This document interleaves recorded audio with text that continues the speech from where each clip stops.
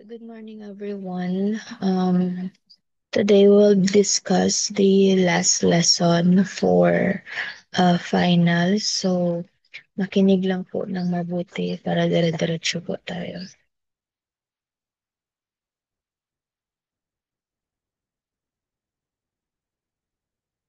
for a while.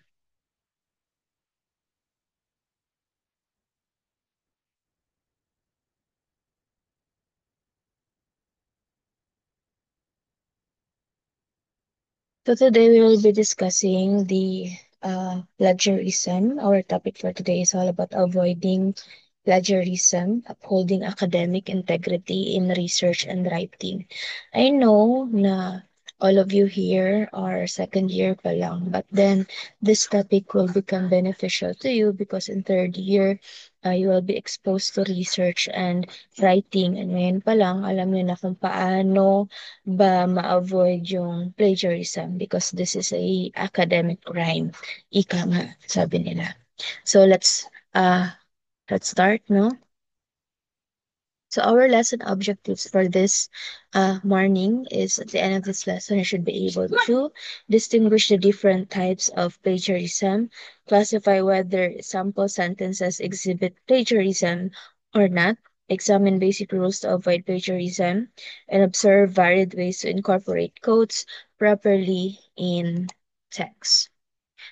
Okay, first off, what is plagiarism? Plagiarism is using someone else's ideas or words without proper acknowledgement. It is a serious violation of academic integrity. It can be intentional or unintentional. So, in short, plagiarism is when you use someone else's ideas or words without giving them the proper credit. Yan, proper acknowledgement. Hindi mo sila gi-credit. It's a serious violation of the academic integrity, no? And actually, it can happen whether you mean it or not, o kung intention mo ba or hindi. So, simple example is copying a paragraph from Wikipedia without citation. Di ko alam kung aware kayo na yung Wikipedia is not reliable when it comes to getting the information because it can be edited po kasi. So, as much as possible, avoid po natin na gumamit ng Wikipedia because it is not reliable po. Even students can edit the information inside the Wikipedia without citation. So to avoid it, we should summarize, summarizing in your own words and citing the source. I-summarize mo yung information, gamitin mo yung word mo, but then you have to cite the source. Kasi yung thought or yung idea, hindi naman galing sa'yo. Galing naman doon sa tao na kinuhanan mo. Okay. Next, we have the types of plagiarism. We have three. We have yun, di ba? We have now the Chat GPT, we have the Google Gemini, we have various AI tools kung saan we can copy information word for word and nakakalimutan nating i-credit or i-cite yung source. So the direct plagiarism is the most obvious type. If it's when you copy a sentence or paragraph word for word from a source without using quotation marks or citing it. For example, yung about sa global warming na topic, kinuha mo yung sentence na global warming is a pressing issue worldwide. And gigamit mo yun siya without credit doon sa gumawa noon. Regardless kung saan mo siya nakita as long as may author or may organization na involved, dapat isite mo pa rin niya siya. Next is we have the mosaic plagiarism. Pero isa-isahin natin to later. We have the mosaic plagiarism. It is mixing copied words with own words without citation. Ito naman, ito yung ginagawa ng ibang estudyante. Ginagawa nila para hindi halata na kinopya lang nila, nagakuha sila ng mga thoughts or words or phrases sa iba-ibang mga site and then gina-combine nila. Mosaic, parang ano, di ba mosaic parang combine ng mga combine ng mga images tapos nakakabuo tayo ng isang um general image. Same with plagiarism. Ito yung ginagawa ng iba. Kumukuha ng mga words or thoughts sa iba't ibang mga sources and then i-combine nila na owning sa kanya galing yon. So this happens when you mix copied phrases with your own words without proper citation. Example, gi-change mo lang yung words sa isang sentence, no? Sinabi mo doon, di ba kaninang sinabi natin, global warming is a pressing issue worldwide. So, yun yung sa exact sentence, yun yung direct plagiarism. Now, mosaic plagiarism naman, papalitan mo ng mga words yung sa sentence. Hindi naman lahat, pero some of the words in the sentence ay papalitan mo. So, naging global warming is an urgent concern across the globe. Di ganun mo na siya. Okay? So actually sa time namin uso ito. Kasi wala pang ChatGPT before, wala pang AI before. Ito yung ginagawa namin. Kung ano yung synonym ng mga words, yun yung kokopyahin namin para hindi lang siya ma-plagiarize kunuhay. Pero mali pala yun siya. Okay. Next is we have the self-plagiarism. So reusing your own past work without permission. Alam mo, pwede pala yun na mag-plagiarize ka tapos ikaw man ang gumawa. Yes po, ang tawag doon ay self-plagiarism. Okay? Ang ibig sabihin nito is this is when you reuse your own past work without permission. For example, halimbawa, pinasubmit kayo ng essay. So, yung ginamit mo na, yung sinabit mo ng isang essay, yung thought doon or yung words or ideas doon, ginamit mo pa rin sa ikalawa mong essay. So that is self-plagiarism. Ginamit mo yung previous work mo without permission or without citing. So that is the self-plagiarism. Okay, so isa-isahin na natin siya pero actually na-explain ko naman na. Let's give an example sa direct plagiarism. Example, global warming is a pressing issue worldwide. Yung plagiarize is global warming is a pressing issue worldwide. Wala kang pinalitan, ang mas matindi, wala pang citation. Okay, sana kung wala kang pinalitan, sige, pero at least sana may citation, pero hindi pa rin, mali pa rin yan. Dapat i-summarize mo siya or i-paraphrase mo siya and then i-cite mo pa rin siya. Ganun dapat ang tama. Next is we have the mosaic plagiarism. We have the plagiarize. Same pa rin ng ano guys, ng thought. Pero ang ginawa is pinalitan yung ibang mga words. Global warming is an urgent concern across the globe. So just minor word changes, pinalitan yung word, pero ang malala, walang citation. Okay? Next is we have the self-plagiarism example. Gaya ng example natin kanina, no? Submitting the same essay for two different classes. Halimbawa, sa akin, nag-submit kayo ng essay about plagiarism. Tapos ginamit niyo siya sa understanding the self niyo, yung the same essay na ginamit niyo sa subject natin. So that is self-plagiarism. I hope that is clear, everyone. Now, let's discuss what is not plagiarism. Ano po ba yung hindi plagiarism? Okay? Number one, using common knowledge. For example, the Philippines is an archipelago in Southeast Asia. Ang ano nito guys is hindi siya plagiarism kapag yung idea is widely known fact that doesn't need a citation. 'Di ba ang Philippines kilala naman ng lahat na isang archipelago? Kasi archipelago kasi this is a group of island, no? Ito yung pagkakakilala sa Pilipinas. So this is a common knowledge. Another um the number of islands in the Philippines is updated now to 7,000. Correct me if I'm wrong. 7,641 from the previous number na 7,107. So, kung i-research siya guys, it is already a common knowledge. Next, another example, the President of the Philippines is President uh, Ferdinand Marcos Jr. So, hindi siya plagiarism because it is commonly known by all people, no, na nakakilala sa Pilipinas. Next, ano pa ang hindi plagiarism?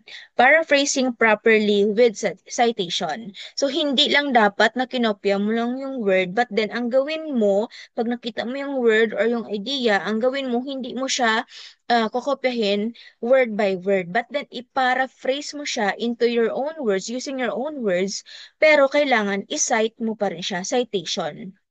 Okay?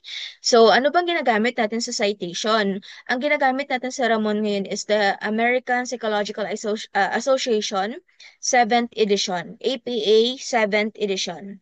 So, yan yung ginagamit natin. Yan. For example, ako, Panya 2025 said, the Philippines is an archipelago in Southeast Asia. Pero common knowledge, example lang yun siya.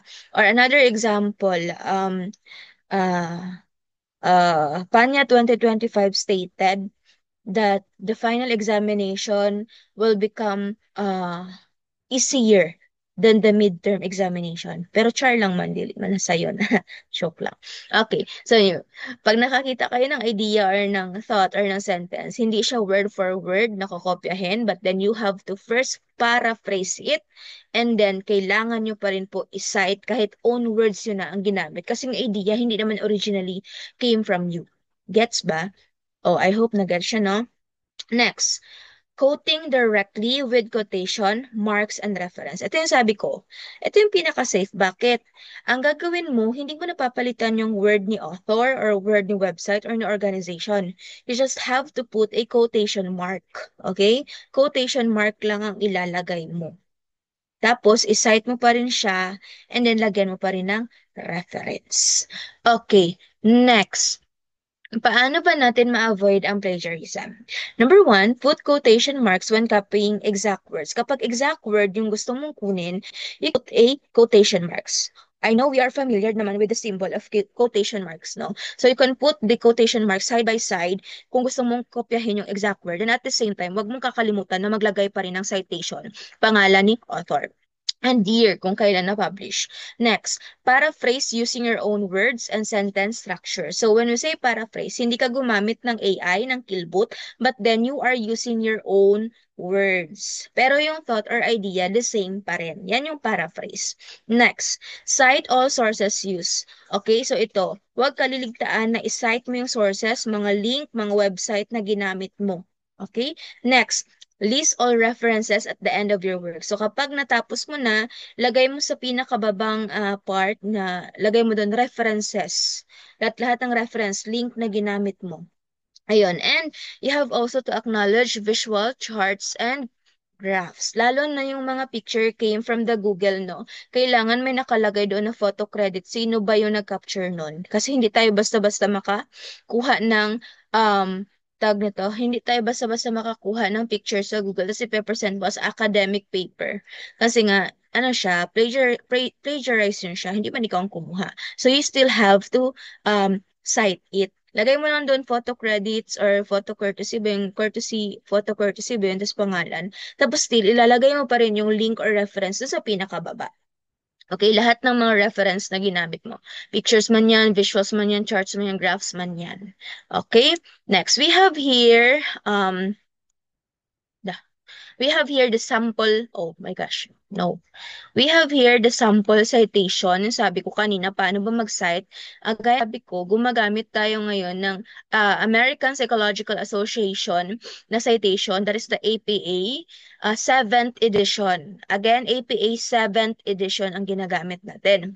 So we have an example. Kung ilalagay mo siya sa content mo, we have the sociologist make space. Ang Make Space 1997, yun yung author, found that 22.3% of respondents experience premarital violence. That is the in-text citation kasi gagamitin mo siya sa content. Pero kapag ilalagay mo naman siya sa reference doon sa pinakababang part, kaya nang sabi ko kanina, ito yung pag-cite nito. Nauuna lagi yung apelyido ba to? Apelyido man siguro to. Make space, and then yung pangalan, yung initial lang man, first name, yan, 1997, and then the title of the website or yung article, Courtship Violence Among College Students, and then Family Relation. Actually, meron tayong ginagamit na meron akong gustong i-recommend na sa ano tawag nito, citation tool. Ang pangalan nun ay, my gosh, paano ni? Liwat. Wait lang. Saan man yun? Dito magsulat. Sorry. Ito yung ano niya, guys. C yan siya. C. Meron tayong website na SiteFast. Oh my gosh. Basta ay yan. Yan. SiteFast. SiteFast. Yung SiteFast, guys, is a website na kung saan mas mapadali yung site mo ng mga sources or mga lead, mga references, and at the same time, di ka na mahirapan kasi alphabetically niya gina-arrange automatically.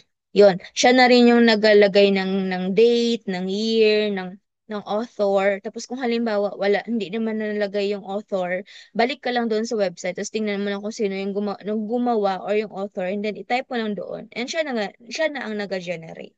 Yun siya, guys. Okay. So, yun lang man kasi the next is activity na. But then hindi ko na kayo i-ano sa activity. Ang suggestion ko na lang is mag-review for your upcoming exam. So, yun lang po. Maraming maraming salamat. And yun lang. See you guys. And remember on Wednesday, you will be having your summative test. Prepare yourselves because your summative test is not easy as you think. And at the same time, on Thursday is your final examination. And reminder lang din po sa mga hindi pa nakatake, especially yung mga hindi pa talaga nakatake ng exam from prelim, midterm, finals na. So once natapos na yung klase natin sa Thursday, wala na po yun. Okay? So you will get the grade you deserve. So yun lang po. Maraming maraming salamat.